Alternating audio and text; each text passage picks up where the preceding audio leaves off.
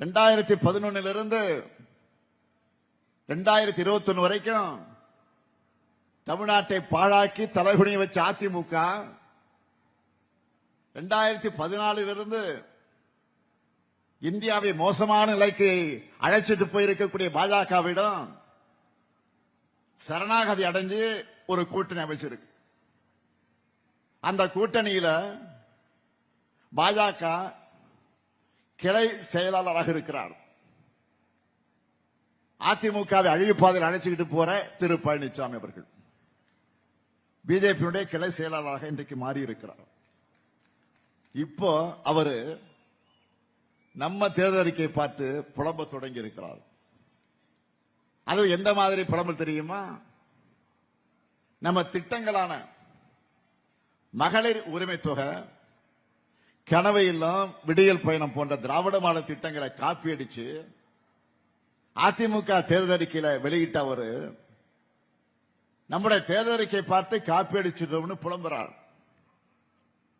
பழனிசாமி அவருடைய அறிவுத்திறத்துக்கு சேக்கிழார் எழுதின கம்பராமாயணம் தொடங்கி பல எடுத்துக்காட்டுகள் இருந்தாலும் இப்ப புதுசா ஒரு எடுத்துக்காட்டு வந்திருக்கு. அவருக்கு எதை பற்றியும் புரிதல் கிடையாது, தொலைநோக்கு பார்வையும் இல்லை என்பதை தன்னுடைய உளறல்களால நிரூபிச்சுட்டு இருக்கிறார். அவருடைய உளறல்களே ஹைலைட் எது தெரியுமா?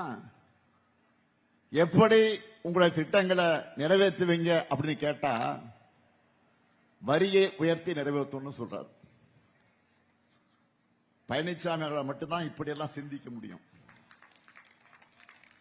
அதனாலதான் அந்த அளவுக்கு பழனிசாமி அவர்களை ஈஸியா மிரட்டி தன்னுடைய அடிமை கூட்டணியில வச்சிருக்கு பாஜக. அந்த என்டிஏ கூட்டணிக்கு ஒரே ஒரு நோக்கம்தான், என்னது? தமிழ்நாட்டு வளர்ச்சியை தடுக்கணும், திராவிட மாடல் ஏற்படுத்தி இருக்கக்கூடிய இந்த வளர்ச்சி அழிக்கணும்.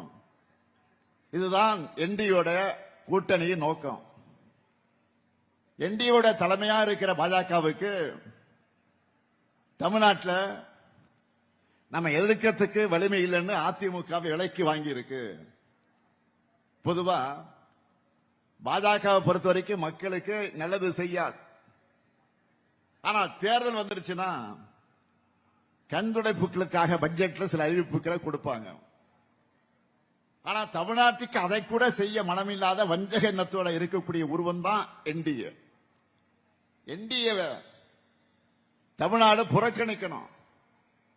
அப்பதான் தமிழ்நாட்டோட எதிர்காலம் காப்பாற்றப்படும்.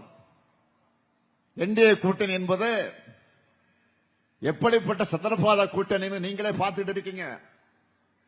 கரப்ஷன் கமிஷன் கலெக்ஷன் ஆட்சி நடத்த பழனிசாமி அவர்களை மிரட்டி கூட்டணி அமைச்சு தமிழ்நாட்டோட உரிமைகளை பறிச்சு வரிசையா பல துரோகங்களை செஞ்சு பிரிஞ்ச மாதிரி நாடகங்களை நடத்தி கடைசியா இப்ப டெல்லியில தீர்மானிச்சு தோக்கிறதுக்காக தமிழ்நாட்டுக்கு வந்திருக்க என்டிஏ தான் உண்மை.